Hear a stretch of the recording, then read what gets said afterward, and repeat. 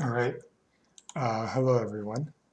Today I'm going to be recording a game of John Tiller software, Renaissance. So this game begins in 1494, and it covers basically the transition from medieval warfare to more modern armies. So in this period, by the end of it, most armies start being composed of pike and firearms, and the proportion between the two increasingly shifts to firearms as the period continues. So this is kind of what the game looks like. It's graphically pretty simple. So you can see right here, the units are color-coded based on nationality. So for example, these kind of yellow units are Spanish. These French units over here are French, and these red ones are Swiss. And multiple nations can be allies, so the French and the Swiss are allied here.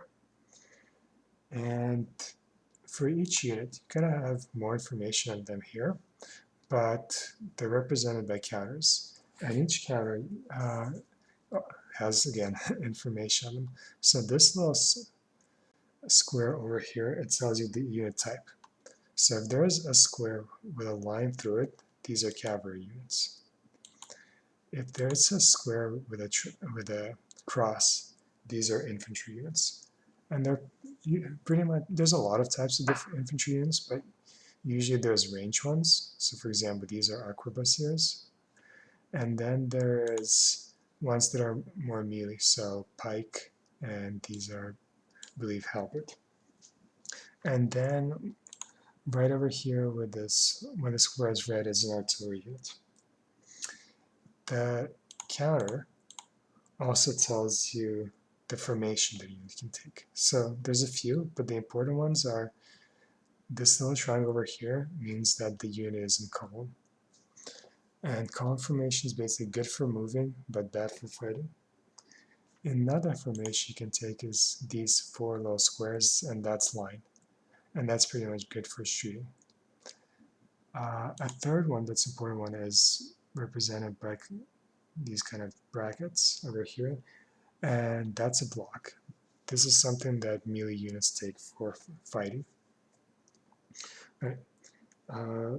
There's a few other types of units. For example, these are supply wagons that your shooting units would draw supply on.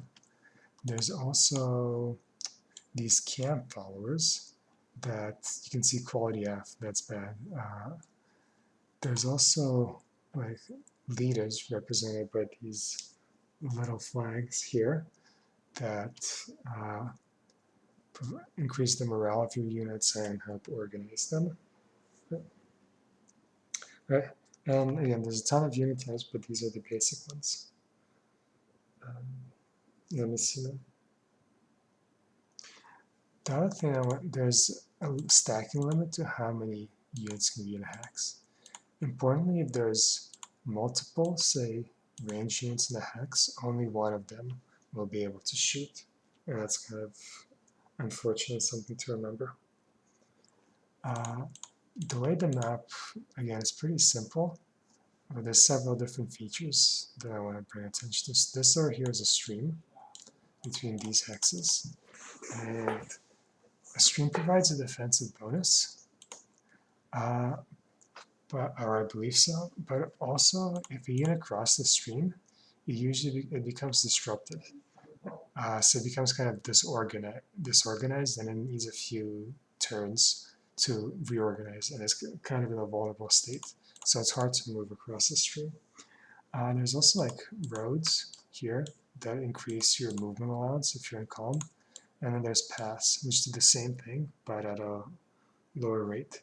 There's like, for example, a village, minus 25, I believe that's a defensive bonus. Some apologies I'm new from this game, but I believe that that reduces the incoming fire you take by 25%.